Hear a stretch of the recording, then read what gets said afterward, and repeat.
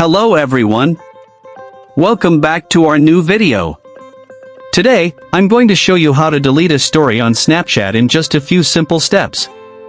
If you are searching to remove your Snapchat stories, you come to the right place. But before we jump into it, don't forget to like this video and subscribe for more helpful tutorials. I've also added some useful tools and apps in the description, so be sure to check them. Alright, let's get started. To delete a story on Snapchat, first of all, open the Snapchat app on your mobile device. Once you're on Snapchat, go to your chat list by tapping on the Friends tab at the bottom left. Now, you will see a list of friends you are chatting with. At the top left corner of the chat screen, tap your Bitmoji or profile icon. Now, your profile will open.